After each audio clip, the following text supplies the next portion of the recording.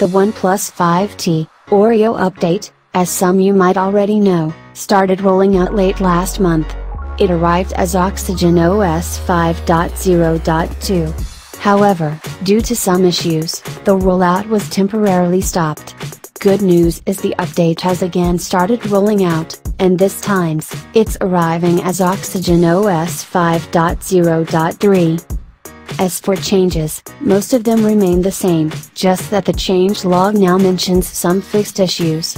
If you've been waiting for the OTA notification, your wait shouldn't be too long now. What's your take on this? Do share your views via comment section below.